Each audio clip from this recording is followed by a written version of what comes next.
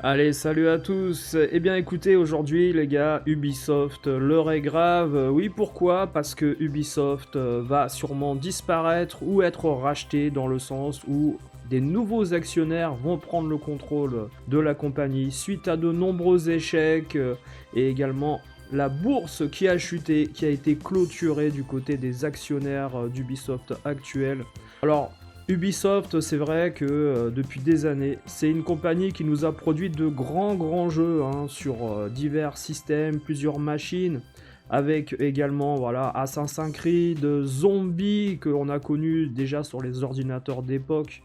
Il y a eu également du Prince of Persia, il y a eu du Splinter Cell, il y a eu les frères Guillemot qui à l'époque, vous savez ce qu'ils ont fait les frères Guillemot pour nous ? Parce que non seulement, en plus d'avoir importé la Neo Geo en France, ils ont importé officiellement également la PC Engine avec Sodipeng, la Neo Geo qui arrive donc en 91 officiellement à la vente. Et c'est une console que vous pouvez voir également en vente à la Fnac en 1992. Des jeux incroyables, exceptionnels, qui vont lancer l'envie des joueurs de se procurer cette machine d'arcade à la maison pour la première fois grâce à Guillemot International. Mais Guillemot et Ubisoft, avec le temps, ça va être les succès vidéoludiques avec également voilà, des jeux incroyables du côté de Far Cry, du côté d'Assassin's Creed, Rayman et tous ces jeux-là. À partir de 1995 également, le monde du PC, le monde de l'informatique, Splinter Cell, tous ces jeux exceptionnels, voilà, qui ont quelque part révolutionné la façon de voir le jeu vidéo et également la façon de découvrir l'histoire dans les différents Assassin's Creed sortis sur toutes les générations de consoles depuis des années et des années. Le monde du PC a connu le premier Assassin et ensuite voilà, ces jeux sont arrivés sur PS3, sur PS4, sur PS2. Tout ça pour le bonheur des joueurs, mais avec le temps, Ubisoft s'est transformé en une entreprise un peu moralisatrice, un peu woke, qui a annoncé des idées un peu LGBT à travers l'histoire. On fait un petit coucou également à Assassin's Creed Shadow qui n'a pas été un franc succès au niveau de la réception dans le pays de l'Asie, avec voilà, parfois ce côté samouraïesque, sarrasin, si on peut dire, qui déroge un peu à la règle. Mais voilà, Ubisoft, c'est quand même une entreprise qui, grâce à des titres phares sur la PlayStation 1 et la PS2, avec des remasters en 3D des Prince of Persia et également Rayman, qui passera de la 2D au début de la PS1 en 95 pour par la suite arriver sur également la PS2, la GameCube, la Nintendo 64 avec Rayman 2, Rayman 3 en 3D. Des jeux qui vont concurrencer aisément en fait ce qui se passe du côté d'autres studios comme Eidos ou Psygnosis ou Activision au niveau des ventes, c'est-à-dire que même Lara Croft face à un Rayman 2 ou face à un Prince of Persia, Lara Croft elle a quand même des difficultés à se vendre avec Tomb Raider 3 qui également a été un jeu plus ou moins raté si les gens se souviennent bien. Mais avant d'arriver à Assassin's Creed Odyssey et puis toutes ces connotations sexuelles dans l'aventure, LGBT, trans, woke, etc., Ubisoft a commencé par faire des jeux tout mignons, les aventures des Playmobil avec Laura je ne sais pas quoi. Ensuite on a eu des jeux comme Speedbuster, voilà, une espèce de Crazy Taxi sur des routes de campagne, voilà, on sait pas trop. À noter que la physique de balle là au niveau du ballon, c'est pas génial. S'ils avaient fait un jeu de football, je pense que Ubisoft ça aurait été pire parfois que Actua Soccer ou d'autres jeux comme ça. Il y a eu également des jeux inspirés de jeux de danse de l'époque, hein, Bust Groove, Britney Spears, Dance Revolution et je ne sais quoi, avec le livre de la jungle. Il y a eu également d'autres aventures avec Tarzan, voilà, qui est un succès plus ou moins discutable au niveau level design. Ça a toujours été un peu le problème, je pense, chez Ubisoft, hein, la création du level design, parce que esthétiquement, les jeux sont très beaux, très propres, plutôt pas mal, voilà, comme dirait Julien, mais au niveau du level design, bah, tu tournes en rond, c'est répétitif, tu fais les mêmes actions très souvent, voilà, Assassin's Creed, hein, vous savez de quoi on parle. Et puis voilà, des licences, de l'argent mis dans énormément de jeux pour développer des grands titres basés par exemple sur des super-héros comme Batman. Et également voilà, des titres de Disney qu'on a vus auparavant. Mais également il y a des créations originales comme Far Cry par exemple, hein, qui rappellent un peu ce qui s'est fait par le passé du côté des aventures de super-héros hollywoodiens aux États-Unis. Mais voilà, les Tortues Ninja également, voilà, j'avais oublié, c'est vrai que ça c'est passé un peu inaperçu, hein, sur ces consoles-là à une époque, parce que visuellement c'était vraiment pas terrible. Mais leur succès principal, ça reste quand même Assassin's Creed, hein, qu'ils ont sorti dans diverses époques. Et finalement, il manque peut-être l'époque des dinosaures, hein, qui feront peut-être un jour, je ne sais pas, hein, pour aller voir les hommes de Néandertal. Ils ont fait non pas la préhistoire, ils ont fait voilà, des titres autour de l'époque médiévale, de l'époque de la Renaissance, ils ont fait également la Révolution américaine, et ils ont fait voilà, les guerres en Asie avec la Chine et le Japon et je ne sais qui encore. Ils ont fait énormément de choses également du côté des Pirates des Caraïbes, hein. Ils ont surfé sur la vague avec Black Flag. L'infiltration avec également Splinter Cell, Watch Dogs, The Division également, un jeu en ligne sans mode story, et ça c'est très spécial, hein. Alors Ubisoft, ils avaient envie de faire énormément d'argent, mais à un moment donné, quand tu rachètes également une licence Star Wars pour faire Star Wars Outlaw, et que tu sors un jeu, voilà, qui n'a absolument pas les qualités d'un ancien Star Wars au niveau de la story ou au niveau du gameplay, hein, t'as l'impression de jouer à Assassin's Creed en mode RPG, ça c'est très bizarre, avec même pas d'Ewok ou je ne sais quoi, parce que les personnages charismatiques de Star Wars ne sont pas forcément présents dans l'aventure. Ben, tout cela a causé quelque part la perte récente d'Ubisoft, mais également il y a eu des gros scandales de la part des gens d'Ubisoft avec les bureaux, et puis l'environnement, l'ambiance de travail. Alors on a parlé à une époque de Rockstar, on a parlé également à une époque de crunch, où il fallait terminer les jeux, etc. Mais on a oublié un truc, hein, c'est le harcèlement sexuel et le harcèlement moral au travail. Et ça, les gars, c'est pas génial, parce que ce qui s'est passé chez Rockstar, ça a été bien pire et diffusé à grande échelle chez Ubisoft, avec des employés qui ont témoigné sur les réseaux sociaux. Et on va regarder ça de près, voilà, tout de suite. Alors, à l'heure actuelle, des gens disent que Ubisoft a été acquis aujourd'hui, voilà, 18 novembre, par une autre personne. C'est-à-dire que Ubisoft devait présenter, voilà, son budget pour l'année suivante également, et puis ses revenus de l'année précédente au niveau fiscalité. Voilà, les comptes n'ont pas été rendus en temps et en heure. Ils ont dit qu'il y aurait des modifications qui allaient être apportées. En général, voilà, quand on vous dit que des modifications vont être apportées, c'est qu'il y a parfois, voire très souvent, un changement d'actionnaire dans la compagnie, ou également la vente également de la compagnie. C'est-à-dire que là, les stocks en bourse, voilà, ont drastiquement baissé au niveau des cours et de l'action. On va le voir à l'écran avec voilà, des titres qui se sont complètement effondrés au niveau financier, fiscalité, avec une courbe vraiment catastrophique, hein. Alors Ubisoft avait fait des choix vraiment particuliers à un moment donné, c'est-à-dire que ils avaient préféré annoncer politiquement qu'ils passaient du côté woke et LGBT pour sortir de nouvelles idées dans leurs jeux vidéo, c'est-à-dire que quand tu mets un samouraï, entre guillemets, de couleur africaine, d'origine, qui combat au Japon dans les guerres, etc., bon, ça pose souci, quoi. C'est vrai que pour l'identité du personnage, pour vendre le jeu à l'international, ça peut contribuer également à une perte au niveau financier. Alors bien sûr, voilà, ils ont annoncé clairement que eux, leur intérêt, c'était forcément, voilà, d'éveiller les esprits, d'élargir les esprits. On l'a vu avec Assassin's Creed Odyssey, hein, voilà, avec ces aventures entre guillemets homosexuelles entre des femmes et des hommes, où on pouvait choisir avec qui on interagissait dans le jeu. Dans le monde de la Grèce antique, voilà. Alors ça peut plaire à des gens, mais bon, je sais pas, moi, quand en fait, quelque part, parfois ce sont les parents qui achètent les jeux.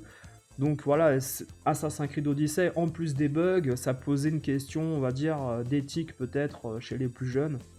Voilà, cela dit, si on revient sur les résultats financiers, 2023, il y a déjà une chute énormissime au niveau des bénéfices. 2025, ça n'arrête pas de descendre, c'est graduel. Donc vous voyez que ces aventures où justement nos amis du côté d'Ubisoft, après les scandales sexuels, ont décidé de engager, voilà, des femmes au niveau de la direction de la compagnie, au niveau, on va dire, du management, au niveau également du développement artistique, etc. On a vu que peut-être c'était un peu trop pour certains joueurs qui ont préféré, voilà, s'éloigner au niveau des futurs titres, hein, d'Ubisoft.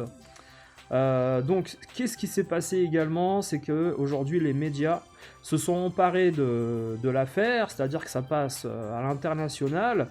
L'image de la compagnie a été extrêmement dégradée également avec les affaires qui sont sorties au niveau du harcèlement sexuel depuis quelques temps.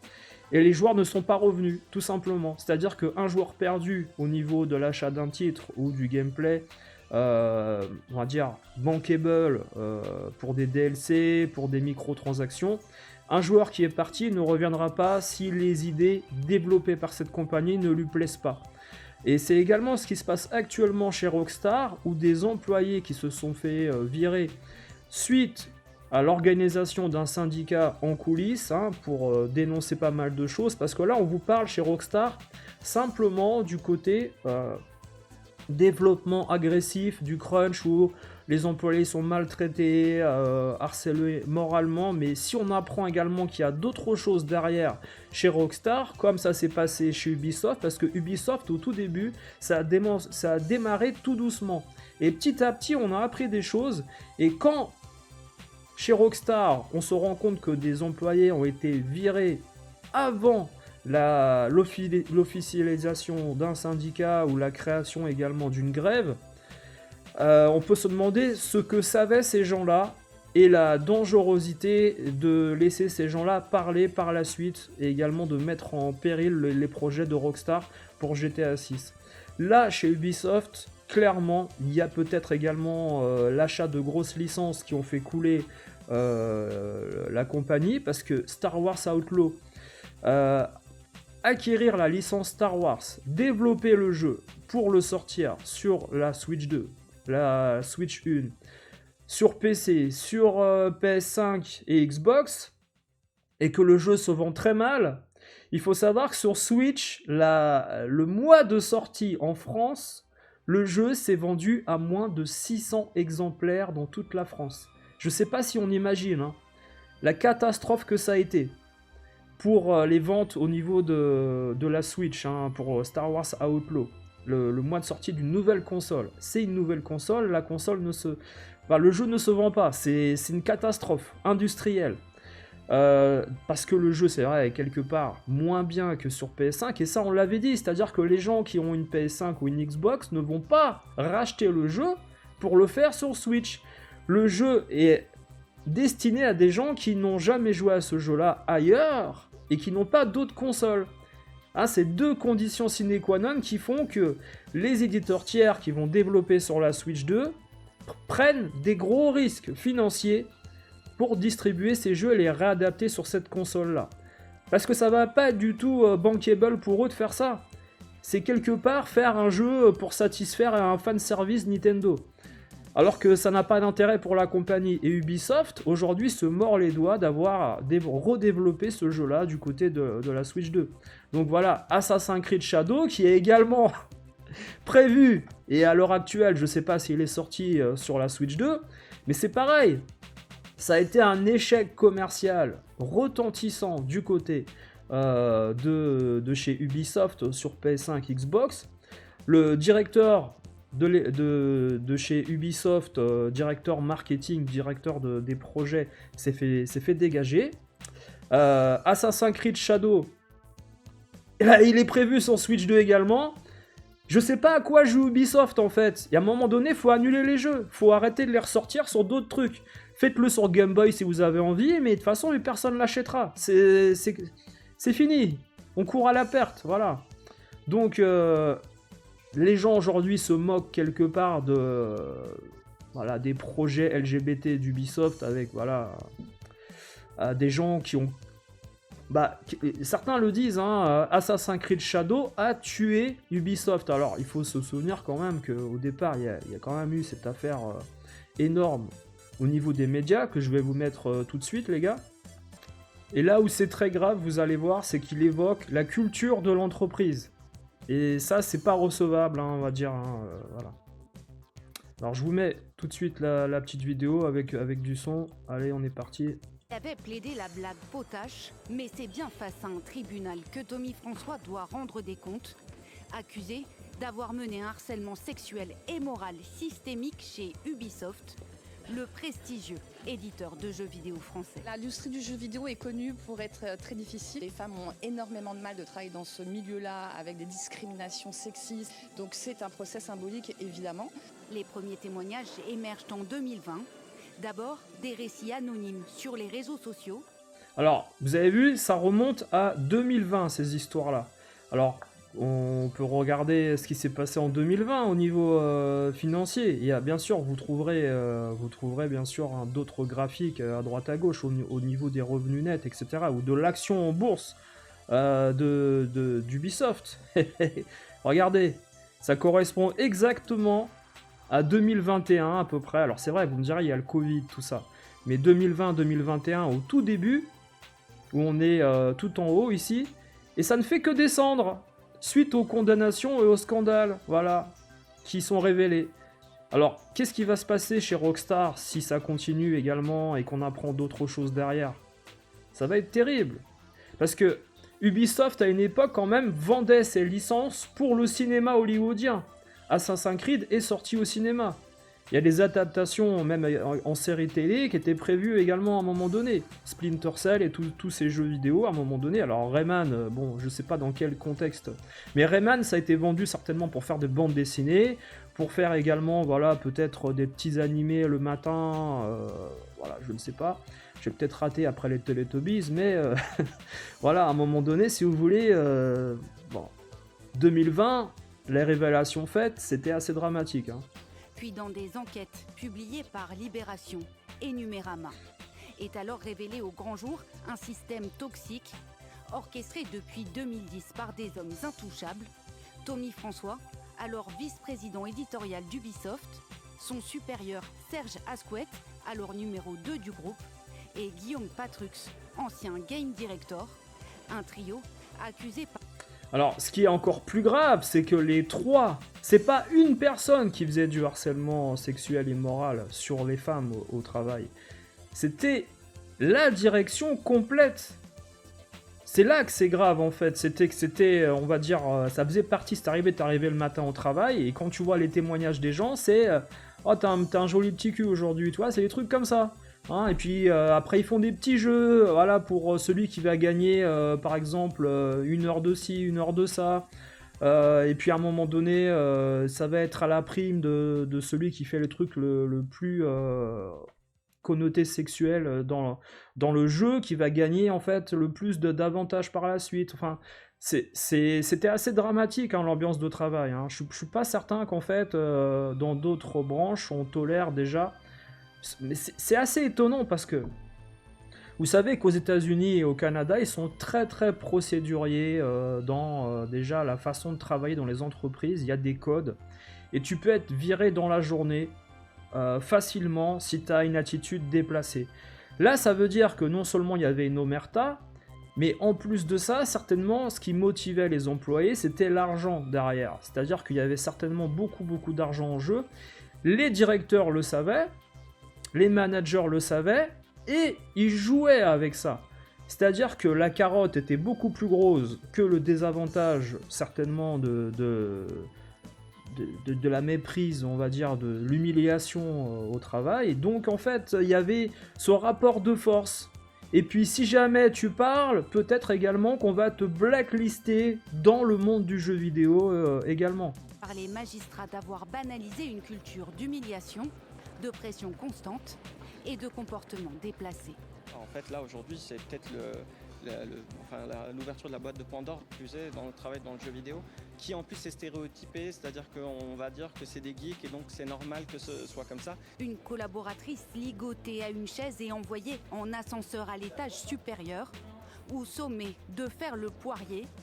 À la barre lors de cette première journée d'audience, Tommy... Et là, il reste très soft, hein. Il reste très soft parce que quand tu lis les témoignages des gens qui ont parlé, c'est bien pire que ça. C'est-à-dire que là, peut-être dans le reportage, on pouvait pas dévoiler autre chose, hein, mais c'est... Voilà, on va dire. Moi, je me demande en fait comment tu peux passer, par exemple, du développement en 95-94 de Rayman sur PS1 où tout semble bien. C'est la continuité de ce qui se passait sur micro-informatique à l'époque, hein. Et avec le temps, voilà, tu gagnes beaucoup d'argent, tu développes d'autres titres, tu te développes à l'international, t'es au Canada dans tes bureaux, à Montréal.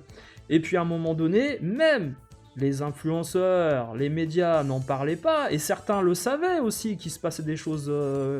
Et à un moment donné, bah, tu arrives au développement de certains jeux où carrément les choses pratiquées au sein de l'entreprise sont montrées dans les jeux.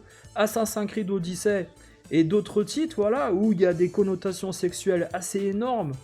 Même rien que quand le personnage fait de la plongée et sous l'eau, bah, on voit son entrejambe, des choses comme ça.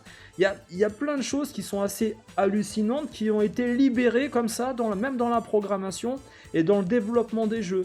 Il n'y avait plus aucune barrière en fait chez ces gens-là, parce que le quotidien était devenu en fait la réalité au niveau, on va dire, au sein de l'entreprise, et finalement ce qui s'est développé par la suite, et ce qui a été dévoilé dans la presse, on se demande si c'est peut-être pas justement des nouveaux employés qui adhéraient pas à ce contexte, qui ont dénoncé les choses et éveillé les esprits, parce que finalement, depuis des années, ça existait déjà, et les gens ont travaillé dans ces conditions.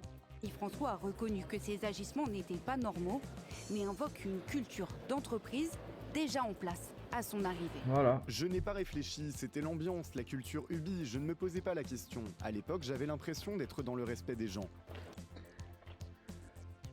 Il avait l'impression d'être dans le respect des gens, Tommy Jean-François, là, parce que c'était comme ça avant. C'est exactement ce que je vous ai dit, c'est qu'il y avait cette culture déjà dans l'entreprise, et finalement, c'était chose normale, voilà, d'agir de cette manière. Maintenant, en effet, c'est pas quelque chose de recevable. Moi, je peux comprendre tout à fait les employés qui sont arrivés au moment où c'était déjà en place et ont halluciné de voir ce qui se passait au travail.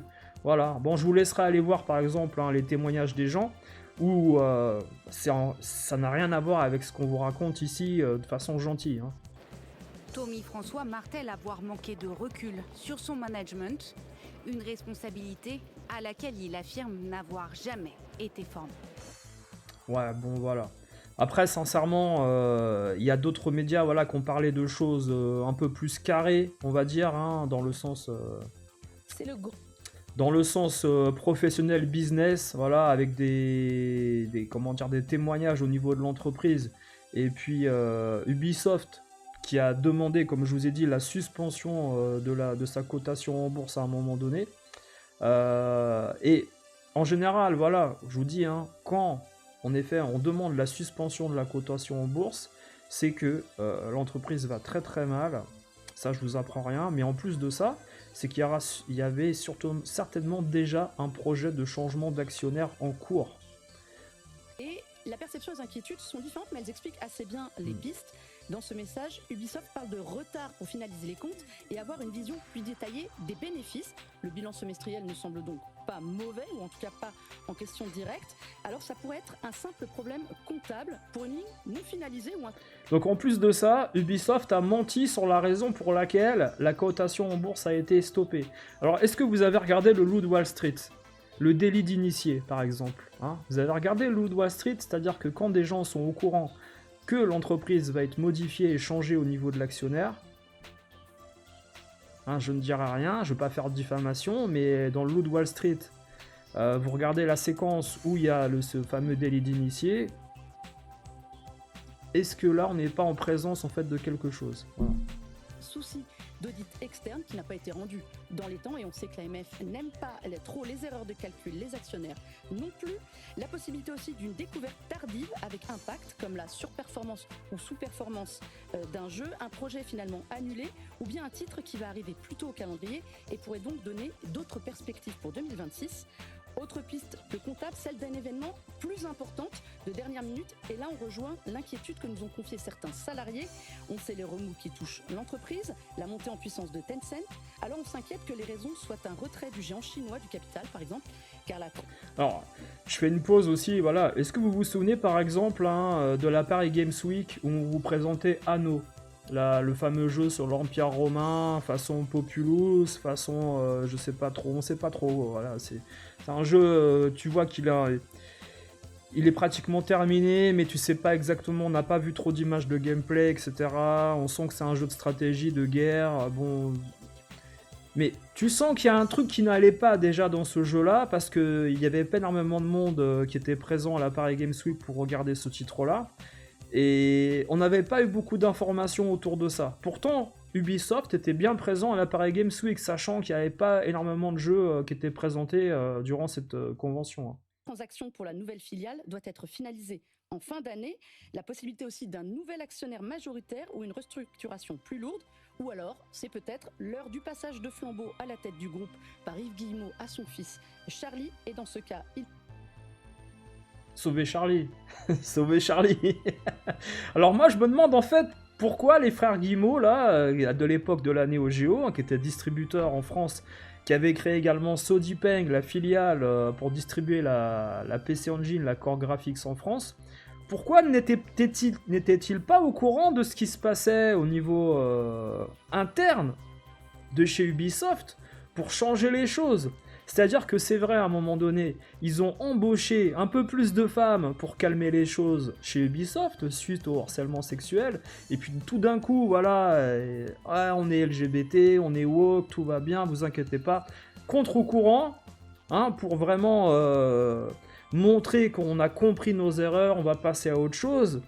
Et là, finalement, tu te rends compte que toute cette manipulation, on va dire, des médias, de l'image de la compagnie, n'a pas fonctionné. Les gens n'ont pas adhéré, n'ont pas suivi, n'ont pas cru au changement. Et en plus de ça, les changements étaient trop perceptibles dans les jeux qui ont été sortis du côté de chez Ubisoft. Non seulement il n'y a pas un renouvellement de la licence et du gameplay au niveau d'Assassin's Creed, c'est toujours le même jeu, c'est tout le temps la même chose. Tu vas égorger quelqu'un par derrière, tu sautes sur une botte de foin vue de haut, t'as deux, trois pèlerins qui vont te raconter l'histoire du pays dans lequel tu es, bon, t'as compris, voilà. Mais à un moment donné, les jeux, s'ils sont pas renouvelés au niveau intérêt du gameplay, les joueurs en ont marre. Vous prenez Prince of Persia, Les Sables du Temps, tout ça, depuis des années, qui est un jeu qui était très bon à l'époque de la PS2, de la GameCube, etc. Vous mettez le personnage d'Assassin's Creed à la place. C'est le même jeu.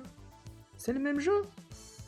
Ils ont repris Prince of Persia, ils l'ont transformé en Assassin's Creed, ils ont utilisé les mêmes moteurs graphiques, les mêmes assets, ils ont redessiné des trucs, ils ont rajouté, on va dire, un mode histoire par rapport au contexte historique du pays dans lequel tu étais, et puis banco, ils se sont dit, quand il y a eu les Pirates des Caraïbes de Disney au cinéma, ils ont fait quoi ? Ils ont fait Black Flag. Bon, le jeu qui a été corrigé, je me souviens, avec des patchs de 30 Go, 20 Go sur PS4, des patchs énormissimes pour corriger tous les problèmes. Le jeu n'était pas terminé.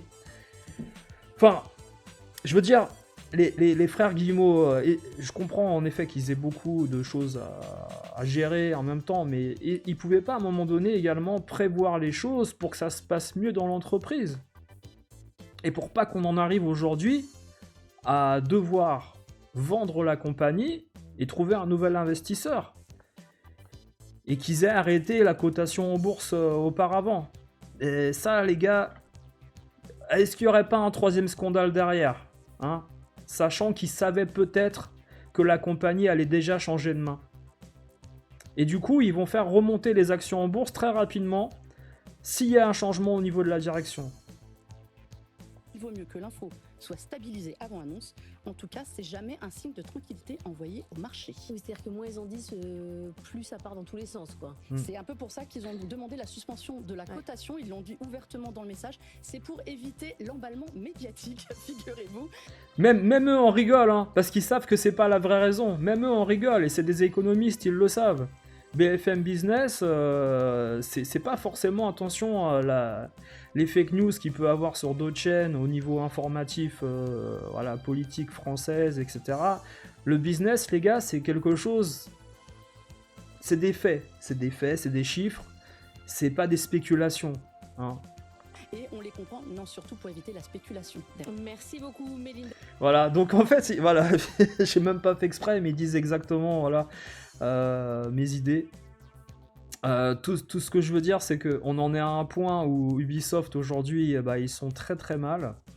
Quand on voit clairement ce qui est proposé actuellement du côté de la Switch et de Star Wars Outlaw, bah ça donne pas forcément envie, hein.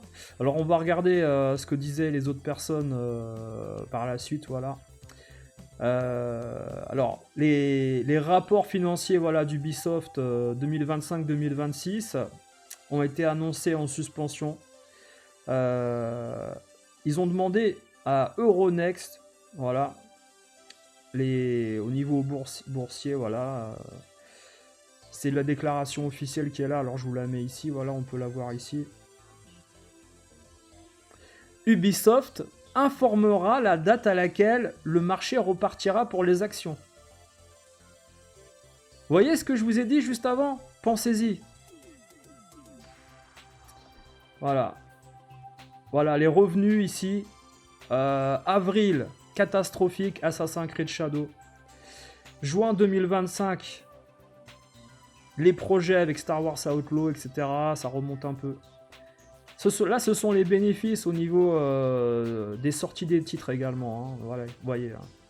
Et puis là, on est en novembre 2025. Catastrophe. Voilà.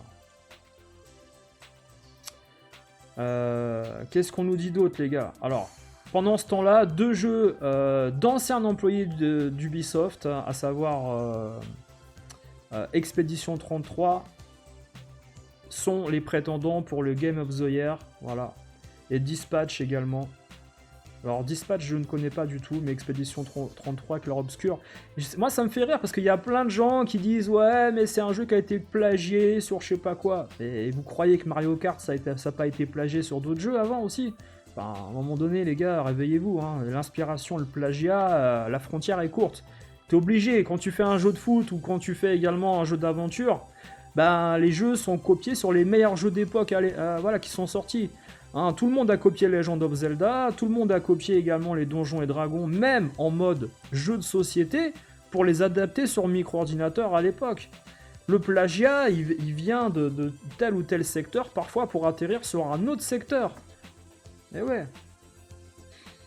Alors là, par exemple, hein, les 5 dernières années, on le voit, hein, je vous dis, depuis 2020, c'est la chute libre. Chute libre depuis 2020 et les scandales sexuels. Voilà. Alors ça se compte en...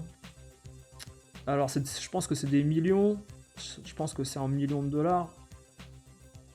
Voilà, je sais pas. Là c'est sûr que c'est des screenshots qui ont été prises, donc j'avancerai pas au niveau des chiffres, au niveau de la bourse, je m'avancerai pas. Mais il y a un truc intéressant, les gars, c'est que vous savez, dans le passé, et je vous fais cette émission pour vous montrer un peu les coulisses en fait par rapport aux news, c'est que vous savez que dans le passé, des compagnies comme Square, comme Enix, comme Eidos, comme Psygnosis ont fusionné avec d'autres bureaux à un moment donné et sont devenus des compagnies avec les meilleurs titres qui sont restés, les meilleures idées, les meilleurs programmeurs, et certaines n'existent plus. Pourtant, Psygnosis, les Anglais de Psygnosis qui étaient exceptionnels, Eidos, c'est pareil. À la fin, il y a des compagnies qui sont devenues, sous une autre entité, des monstres de l'industrie. Le danger que l'on a eu dans le passé, qui s'est révélé être vrai en 2025, c'est que Electronic Arts, Activision, Bethesda, toutes ces compagnies ont pris le pouvoir au niveau du jeu vidéo. Ils font ce qu'ils veulent, il n'y a plus de concurrence, ils ont bouffé tout ce qu'il y avait autour, les petits, ils les ont rachetés. Rockstar aujourd'hui ça existe encore, mais je dirais pas qu'ils vont avoir des soucis financiers forcément, parce que même s'ils sortent GTA 6 tel qu'il est, pas fini, et qu'ils rajoutent une séquence de fin à un moment donné du jeu, le jeu se vendra, parce que l'important de Rockstar, c'est le mode online.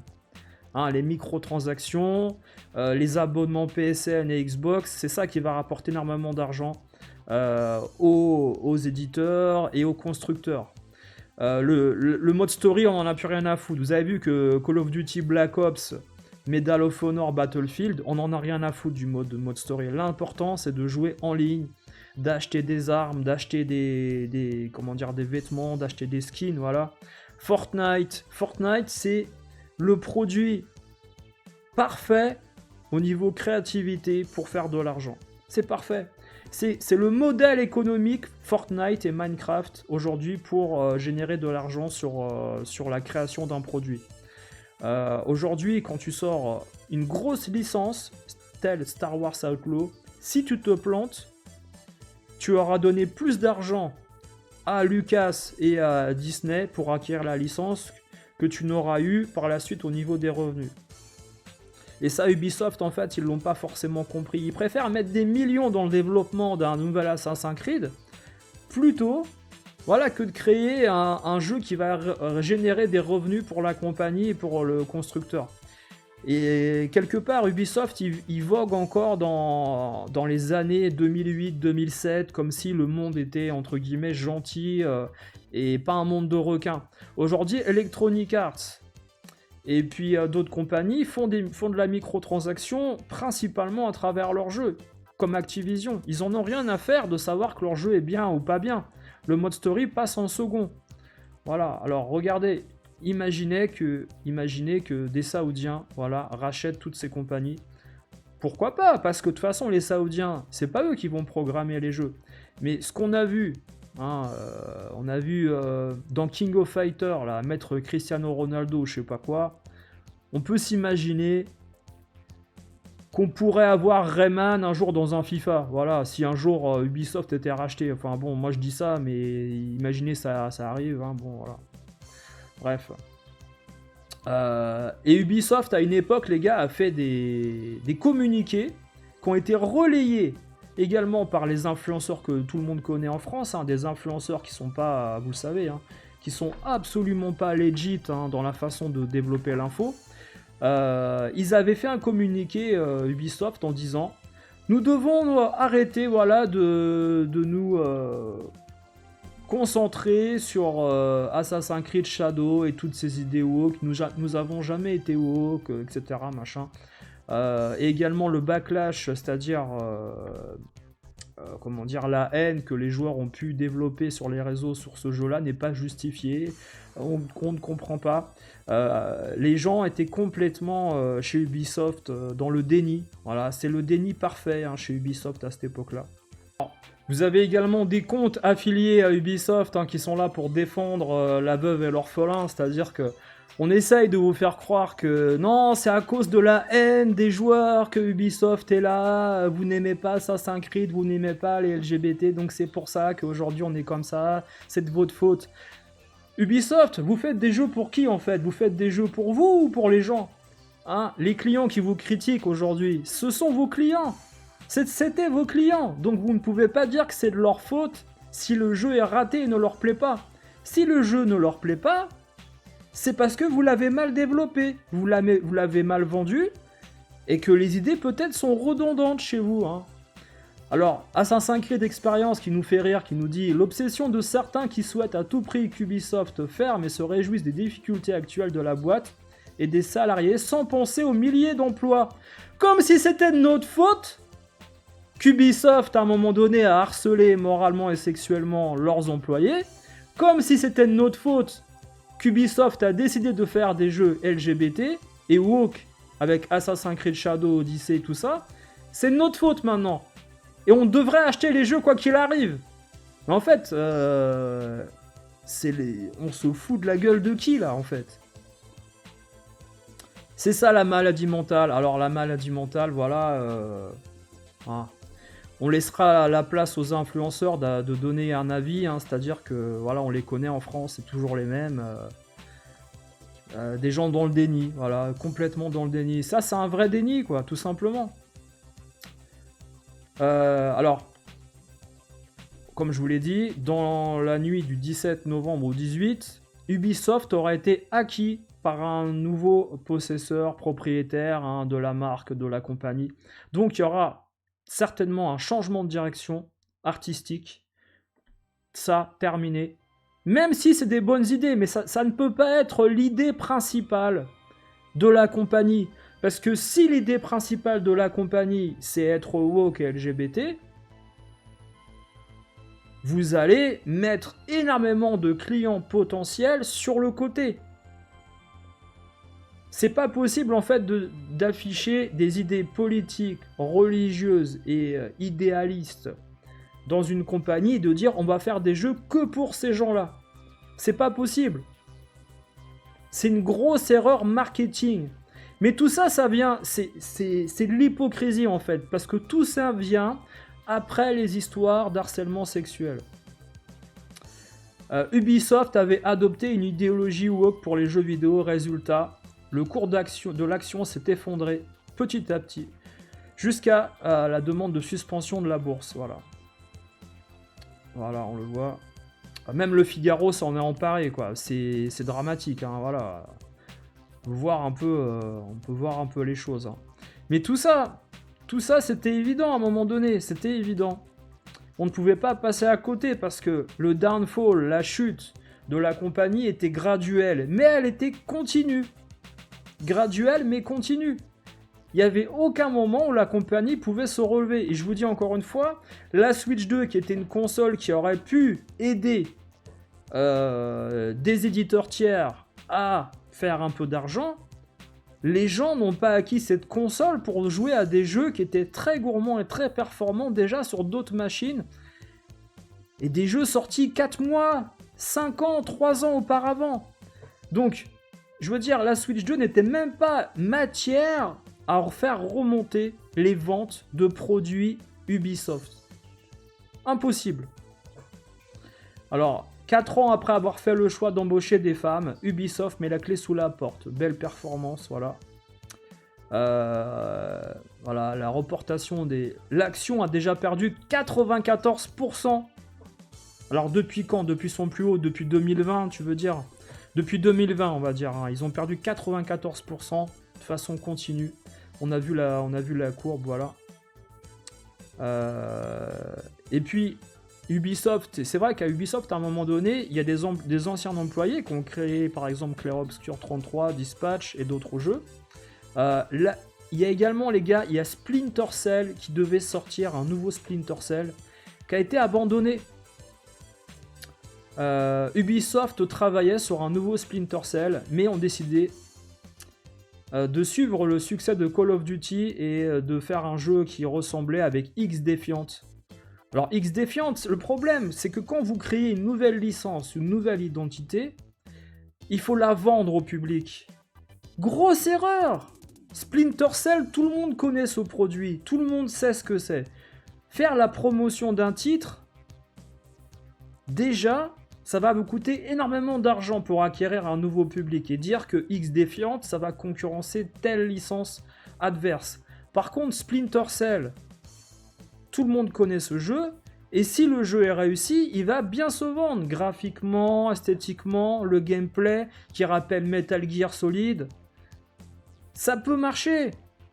Et les gens, justement, auraient pu demander ce genre de jeu, parce que des Metal Gear, aujourd'hui, il y en a un tous les 4 ans ou tous les 5 ans, et Splinter Cell n'avait pas forcément de concurrent direct. Maintenant, toi, tu fais X-Defiant, là où les gens vont acheter Call of Duty Black Ops 7. Bah non. Quoi qu'il arrive, t'auras un marché déjà concurrentiel énorme. Battlefield également. Ils ont vraiment choisi la voie de l'échec au lieu de préserver sa fanbase solide et lancer de nouveaux projets en parallèle. Rainbow Six Vegas, aïe aïe aïe. Rainbow Six Vegas, je crois, il fait partie, le 1 et le 2, que j'ai fait en mode le plus difficile, une balle tu meurs. J'avais adoré ce jeu-là, adoré. Alors le 2 était un peu moins bien. Je l'avais trouvé moins réussi déjà esthétiquement et au niveau des missions. Mais le 1, il était exceptionnel, Rainbow Six Vegas sur la PS3. Je l'avais également acheté sur Xbox 360 à l'époque, ça remonte à longtemps.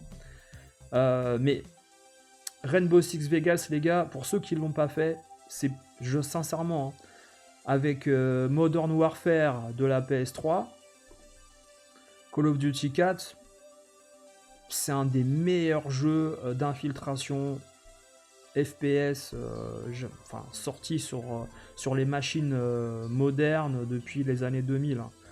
Incroyable. C'est peut-être le meilleur Rainbow Six qui soit jamais sorti, le Vegas. Scénarisation exceptionnelle. Délivrer des otages dans le restaurant chinois. L'opéra également avec encore une fois des otages sur la scène, etc. Le jeu était... j'ai même envie de le refaire tellement il était incroyable ce jeu. Ghost Recon, mais Ubisoft, vous avez fait des jeux incroyables. Comment vous en êtes arrivé là à faire du Assassin's Creed Shadow tous les ans? Mais c'est pas possible en fait de faire des trucs pareils. Moi je comprends pas qu'on soit arrivé aussi bas du côté de la compagnie quoi. Parce que à un moment donné, Ubisoft et ce logo légendaire que l'on voit, qu'on a vu beaucoup de fois également dans les émissions de télé, on savait que ça allait être un bon jeu. Tu le savais.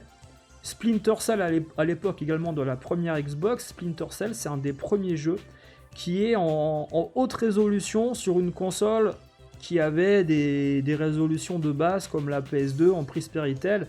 Tu achetais ce fameux câble S-Vidéo ou VGA, je sais plus là, composite, tu branchais ça sur ta télé, tu pouvais jouer en résolution, je crois en 480p et un peu plus haut même. Franchement, le jeu était magnifique. Magnifique le jeu.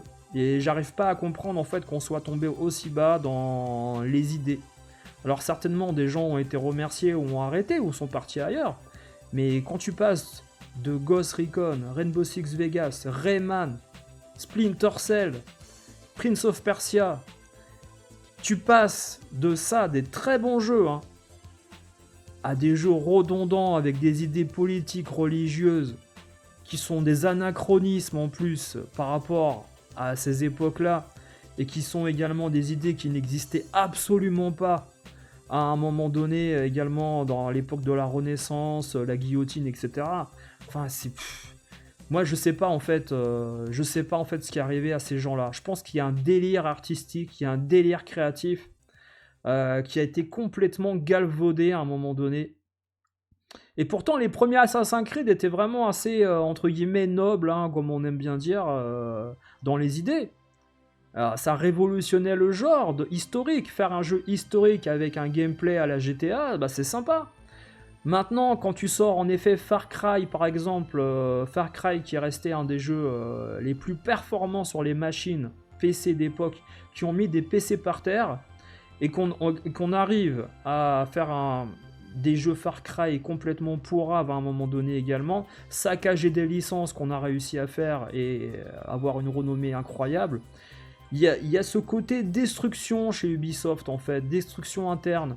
Je sais pas si c'est un sabotage de certains employés qui, dans la direction artistique, n'ont pas des idées très créatives et sont plus en fait dans faire de l'argent avec des jeux déjà sortis ou je ne sais quoi, mais à un moment donné, là c'est les joueurs. Star Wars Outlaw, les gars, c'est compliqué hein, de le défendre ce jeu-là, Star Wars Outlaw. Hein. Je sais pas en fait à quel moment en fait aujourd'hui des gens disent on a joué à Star Wars Outlaw, on a passé un bon moment, graphiquement c'est bon, c'est mieux que Knights of the Republic, tu vois. Moi je préfère jouer à Lego Luke Skywalker là sur la PS4 que parfois de jouer à ces jeux-là qui n'ont pas l'identité Star Wars au niveau du level design des personnages. T'as l'impression, encore une fois, de jouer à Assassin's Creed avec des personnages qui pourraient être avec des vaisseaux spatiaux. Tu vois, c'est compliqué, c'est complicados, voilà, c'est comme dirait Carole, je comprends pas, je tourne en rond. Voilà, Mario Kart. Donc plein de youtubeurs, voilà, passent à droite à gauche, voilà, la fin d'Ubisoft, etc. Bon, voilà. Le problème d'Ubisoft, c'est pas le wokisme, c'est qu'ils ont usiné leur jeu à la chaîne au point de dégoûter les joueurs. Voilà, il le dit par exemple lui. On veut du Rayman, des licences phares, des émotions et du gameplay. C'est vrai, il n'y a plus d'émotions dans ces jeux en fait. Donc après, je vous dis, il y a un autre jeu qui doit sortir, là, Anno. J'ai l'impression que ce jeu-là, il va être... alors, soit complètement modifié, soit ça sera un jeu repoussé. Je sais pas, je vois pas en fait à quoi. Assassin's Creed Mirage par exemple. Et franchement les gars, arrêtez. Assassin's Creed c'est bon. Faut arrêter les gars. C'est épuisant ces jeux, on en a marre. Terminé. 18 ans qu'Assassin's Creed existe. Assassin's Creed Mirage. Donc voilà. Donc ils vont vendre certainement voilà, également des produits collector où tu vas payer ça 300 balles pour avoir un machin en carton, un livre avec les artworks, voilà, des ronds, des carrés, des sculptures, du carrelage, ils s'en en a à foutre, voilà. Ils vont te vendre ça je sais pas combien. L'édition gouverneur, voilà, à nous. Alors ça c'est pareil, ça c'est un jeu qui pourrait sortir sur Switch. Bon, apparemment, là, ils ont compris qu'il faut peut-être pas le sortir sur la Switch 2. C'est peut-être une erreur, ils ont peut-être compris. Voilà. Mais, bon. Les 3 prochains DLC contenus jour 1. Donc, il y a déjà... C'est un jeu, en fait, qui va contenir des DLC. C'est-à-dire qu'ils vont vous vendre le jeu, comme Pokémon Zelda et tout ça, chez les autres, mais le jeu ne sera pas complet. Si tu voudras avoir le jeu complet, c'est-à-dire avec des DLC... eh bien, il faudra payer un peu plus. Alors, l'aventure sera certainement un peu plus courte, mais moi, j'aimerais bien savoir, en fait, à quoi ressemblera vraiment ce jeu-là, Anno, parce que moi, j'ai pas l'impression, en fait, que ce titre-là... bon, on a compris, voilà. La bourse, là, ils sont gentils au niveau du graphique de la bourse, mais c'est... Après, si vous voulez... c'est assez redondant. Hein. C'est assez redondant, les informations que l'on a du côté d'Ubisoft. Il y a un autre projet les gars où t'as même un employé de chez Ubisoft qui te dit qu'il a tenté de jouer quelques heures en faisant une pause au futur jeu là, Where Winds Meet là, où les vents se rencontrent, je sais pas quoi, ma grand-mère.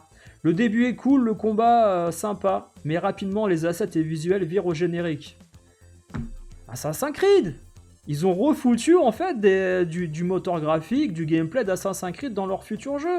C'est toujours pareil. Et puis des jeux à une époque où ils avaient sorti... On voulait tous un nouveau Rainbow Six Vegas. Ils ont fait The Division. On se dit super. Eh ben non, c'est un jeu en coop. C'est un jeu en ligne. Il n'y a pas d'aventure solo. Et pourtant le jeu visuellement avait l'air très bon, hein. Mais aujourd'hui Ubisoft est toujours actif, c'est-à-dire qu'ils vous font des affichages, on va dire de promotionnels, hein, de futurs trucs qui vont arriver, ou par exemple là on vous parle d'Assassin's Creed dans le passé. Également des remasters peut-être, des DLC gratuits, je ne sais quoi, voilà. On veut nous faire surfer sur la nostalgie pour créer un côté empathique envers la société et ce qui se passe aujourd'hui dans la compagnie Ubisoft. Bon, ça marche pas, c'est fini. C'est terminé. C'est terminé. L'extension, les vallées de la vallée de la mémoire, Assassin's Creed Mirage, disponible le 18 novembre à 15h. Voilà. Alors moi le dernier bon Assassin's Creed que j'avais aimé, c'était celui avec les pyramides là en Égypte là. J'avais bien aimé. Mais il y avait énormément de bugs d'affichage au niveau des personnages, au niveau également du gameplay, assez redondant. Malheureusement, mais visuellement ça m'avait rappelé beaucoup Prince of Persia, justement dans ce monde de l'Égypte. Voilà. Donc j'étais assez content, je retrouvais un peu les bases que j'avais connues sur PlayStation 2, voilà. Donc à l'époque, c'est eux qui avaient fait Deep Fear ou je sais pas quoi là. En 2005 là, comment il s'appelait là, le jeu sur PS2 et Xbox, c'était eux qui avaient fait ça. Ah, je savais plus moi. Enfin bah, Prince of Persia, voilà. Alors il y a eu également un Prince of Persia sur la Switch et également sur la PS4, la PS5, celui-là. Alors moi je l'ai acheté sur Switch. J'ai trouvé le jeu voilà, sans plus. Il y a des mécaniques de gameplay que tout le monde a déjà faites, que tout le monde connaît. Tu débloques des roues, des écrous, des clés, des portes, des machins, tu pousses des trucs. Il n'y a pas d'imagination. Graphiquement, c'est propre, mais c'est pas ce qu'on attend en fait. Voilà. Moi, j'ai plus de souvenirs en fait avec, par exemple, Uncharted 3, Uncharted 2 que j'ai fini sur PS3, que de souvenirs avec les derniers jeux d'Ubisoft. Qui parfois avaient des environnements similaires au niveau de l'aventure, hein, sur les Assassin's Creed, hein, c'est triste en fait, hein, mais voilà. Ubisoft vous offre l'un des meilleurs jeux avec Phoenix Rising. Alors je sais pas si c'est une offre valable sur le Nintendo Store pour la Switch, je sais pas. Maintenant, l'époque de Rayman, où justement tu avais la possibilité, voilà, d'avoir une aventure très édulcorée, très belle graphiquement, esthétiquement, j'ai l'impression que c'est plus du tout leur cam. C'est-à-dire que Ubisoft aujourd'hui, ils veulent faire de la guerre, de la politique, de la religion. Ils ont abandonné l'idée de faire des jeux pour les enfants déjà, hein, tout simplement. Et alors j'avais oublié également que Ubisoft avait édité en France des jeux South Park, hein, l'Annale du Destin, je sais pas quoi là, la Guerre du Feu, j'en sais rien. Je vous dis ça parce que les lapins crétins qui étaient pas mauvais, hein, avec Mario. Ubisoft avait beaucoup d'argent investi, hein, dans les médias culturels, hein, français depuis des années et des années. Il y avait cette touch française où justement les lapins crétins, à un moment donné, ça passait également à la télévision. Quand je vous parlais de licences qui étaient bankable au niveau du jeu vidéo qui sont passées dans les animés. Et je pense que même les gens qui ont créé les Mignons, vous savez, aux États-Unis, hein, cette licence cinématographique, se sont fortement inspirés des lapins crétins, c'est sûr et certain. Voilà. Maintenant, Splinter Cell, ça aurait été vraiment la bonne idée pour renouveler le genre. Malheureusement, ça n'a pas été forcément le cas dans les choix artistiques. Voilà. Le fabricant de plusieurs jeux, dont Assassin's Creed, Ubisoft, voilà, et en souffrance, en asphyxie, voilà, ils sont en train de dire, voilà, même dans le monde entier. Sachant que les bureaux principaux de Ubisoft étaient au Canada, hein, voilà. Ouais. Ils n'arrivent plus à faire de bons jeux. C'est ça le truc principal, c'est que Ubisoft n'arrive plus à faire de bons jeux. C'est vrai ça. C'est une des raisons principales. C'est pas de la faute des joueurs, si en effet. Je pense que les gens qui sont en place chez Ubisoft se sont plus concentrés, on va dire, sur des problèmes politiques, sur du harcèlement sexuel à l'entreprise, que de créer des nouveautés hein, pour les joueurs. Alors on reste sur nos bases, on reste tranquille, on reste solide, et puis on joue, on met le bus devant le but, et on joue la défense, et on va gagner à la fin du match, tu vois. Mais en fait non, à un moment donné, tu vas perdre au tir au but quoi qu'il arrive. Et en plus de ça, si on apprend que ton match était corrompu ou arrangé avec l'arbitre, eh ben tu vas avoir des soucis derrière, tu vois. Le gagne petit, ça ne marche jamais. Faut être créateur, faut être innovateur en fait dans le monde du jeu vidéo, dans le monde de la culture. C'est pas possible. Voilà. Donc voilà les amis, écoutez, je vous laisse avec ça. Je vous laisse passer une bonne journée. Salut à tous. Et puis écoutez, si Ubisoft disparaît et puis est avalé par un autre éditeur, hein, Electronic Arts ou je ne sais quoi, c'est un peu le chemin que d'autres ont pris déjà, hein, avec nos amis de chez Eidos par exemple, hein, Psygnosis, voilà. Merci à tous et puis je vous dis à bientôt. Ciao, bye bye.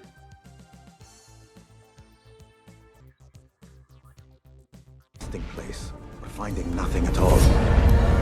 Remember, if he is not here, there is still hope. The men you seek are dangerous. Your turn draws near, friend.